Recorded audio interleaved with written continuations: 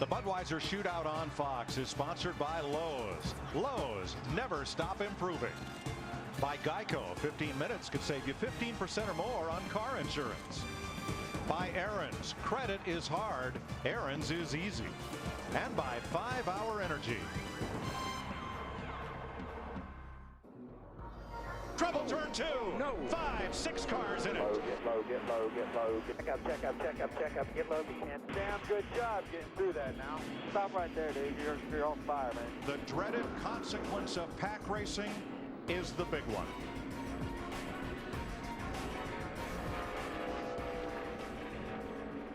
"35 laps complete in the Budweiser Shootout. Mike Joy, Larry McReynolds, Darrell Waltrip with you. 25 laps under green, 10 under caution.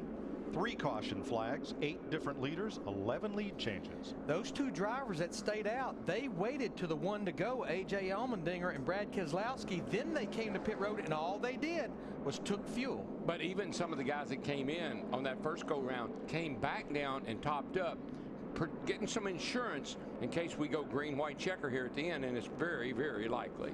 So we'll restart with Greg Biffle and Dale Earnhardt Jr. on the front row. Biffle, the leader, elects the outside. Junior inside. Montoya and Logano row 2. McMurray and Truex in row 3. Kenseth and Johnson. Newman and Edwards the top 10.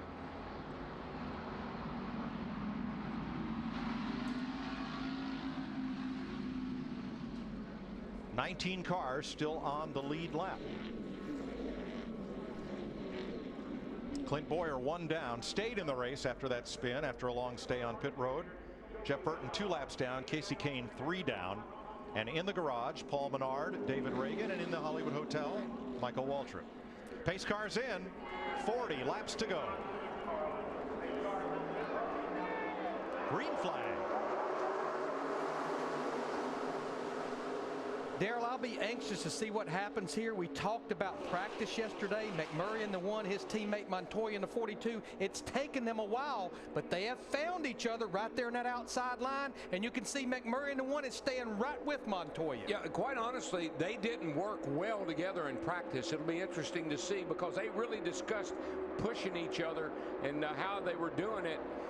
Juan, I don't think was all that happy, but I think right now he's probably pretty thrilled. And look at them change lanes and stay hooked up from the top to the middle to the bottom and back to the middle.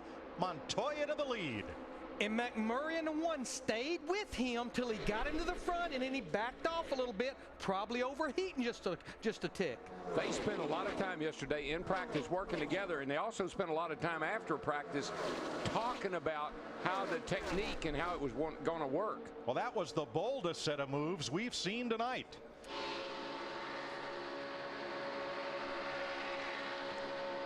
From Jimmy Johnson up high as Edwards and Stewart in the 14 go by on the bottom. But it looks like what has happened, Darrell talked about it earlier, Montoya in the 42 in the middle, the sucker hole falls all the way back from leading the race almost outside the top 15. Easy come, easy go. Not so easy. Dale Earnhardt Jr. back to the lead where he started the night, and just prior to getting the lead on the right of your screen, see the National Guard card behind Montoya. Whoa. Careful. I tell you, that small rear blade, this spoiler down here, what, Larry, how much shorter is it than last year? 2 inches? It's an inch, and you heard Danica Patrick talking earlier about rear downforce, rear grip gone because of that smaller rear spoiler. It's really made these cars move around a whole lot more. I think that's creating some of these cars getting sideways the way they do. Harvick and Ambrose side by side. And on the bottom, Kyle Busch trying to work his way back toward the front. Even with Harvick right now. Here's Matt. Mike, one other reason for the impressive and bold moves by Dale Earnhardt Jr. when he was back in the middle of the pack and they're running 3 wide, his car was starting to overheat. He said his gauges were in the red. That's why he made those impressive moves to try to get closer to the front and fresher air. Well, 1 car below the line and slides back up. Looked like he was forced down there. Was that Kenseth? Well, what happened was Jimmy Johnson blocked Dale Jr., I believe, and when he did, he came back down in front of Kenseth in the 17 car. But talking about Matt Kenseth, if you can look at his right front fender, remember he was involved in that crash on lap 8, had a lot of damage to his race car. You'll see there's the 48 cars, somebody's trying to get around the outside, and he goes back down to block. Now, the double yellow line is no man's land. You're not allowed to advance your position down there, but if you are forced down there, as you see the 17 just was, you are allowed to come back on track, reclaim your running position, as long as you don't use that area to gain position. It's pretty obvious to me the side force on these cars is pretty dramatic with that big fin on the trunk. The down force, the rear pressure on the back of the car, not so much. The cars get loose, but they straighten themselves back out. Fifth in that outside line, Joey Logano, as Earnhardt drops to the bottom. And Martin Truex and McMurray bumping and banging right there. Martin's gotten pretty aggressive here in the last little bit. Let's check with Krista. Well, Mike, because this is the Budweiser Shootout, drivers choose their starting positions by selecting a beer bottle. Joey Logano has never been able to draw his own before this year because he wasn't 21. He drew the best starting position of his career. He says right now the only problem he feels like he doesn't have any friends. Hard to find friends out there, Krista. Jeff Gordon trying to work with Jamie McMurray at the front and on the outside. What did they always say, Larry? If you want a friend, get a dog. Because it's not going to happen out there on that racetrack. No. But yeah, his two teammates, Kyle Busch, who's working his way back up to the front a little bit. Kyle's back in 9th in the 18, and Denny Hamlin, with all of his issues, back in 17th. You know what we're told? Joey just got a dog. He did. Well, not right this minute. Very recently. Shortly before coming to Daytona. McMurray and Gordon down to the inside now, leaving this mad pack behind them. Oh, and Gordon's in the sucker hole. Yeah, in the middle lane, and back goes the 24. And he's going to keep going back till he can fall in line at the top or at the bottom. He is, I never am sure if there's a problem with Jeff Gordon's car or if it's just something he's decided he wants to do, because we'll watch. He'll work his way right back to the front. I think he's playing the game, really. 33 laps to go in the Budweiser Shootout to begin the 2012 NASCAR Sprint Cup campaign. Martin Truex Jr., Dale Earnhardt Jr. at the front.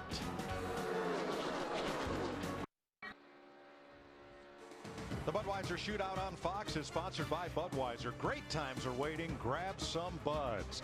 Coming around to complete lap 47 of 75.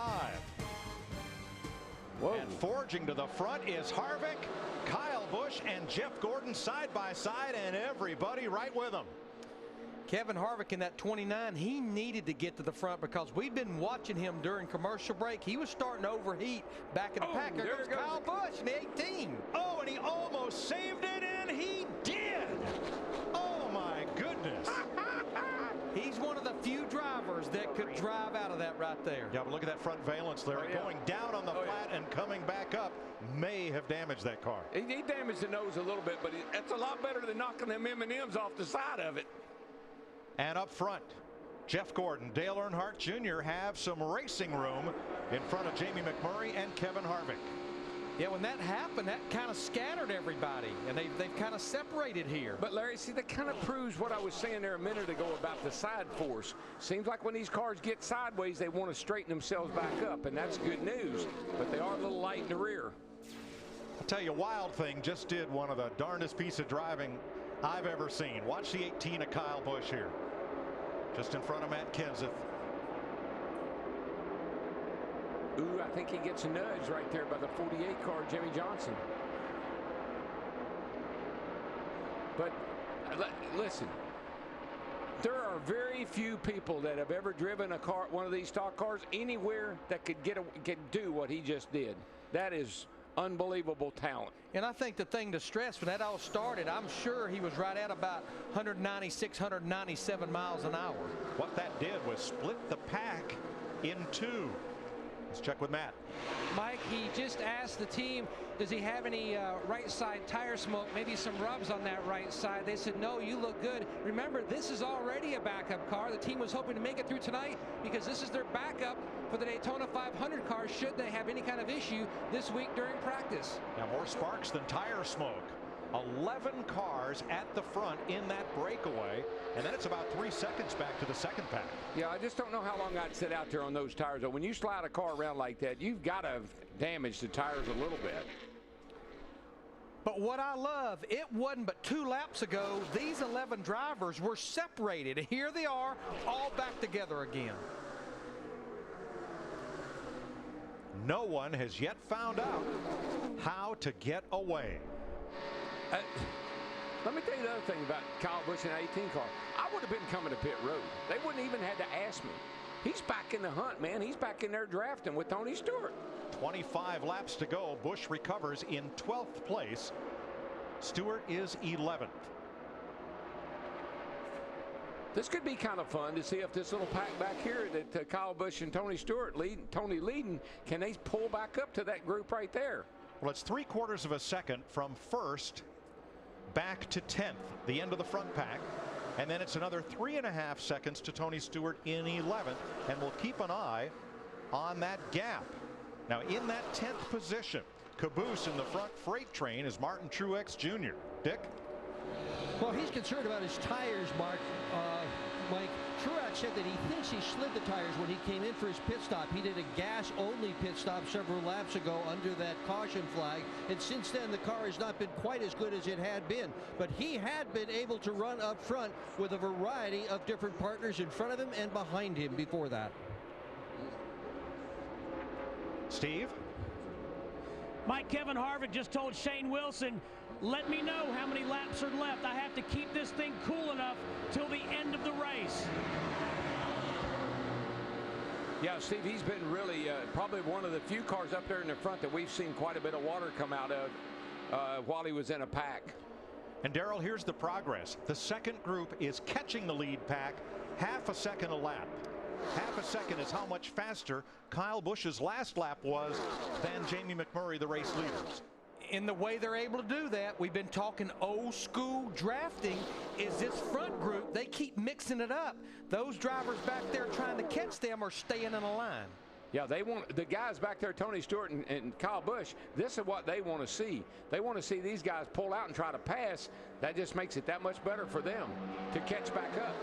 Greg Biffle back to the front with Jimmy Johnson and Joey Logano. Logano's new pup is a bulldog. He got at the end of January. Going to need more of that doggy in the window and that kind of bulldog-like tenacity to fight his way to the front from third place.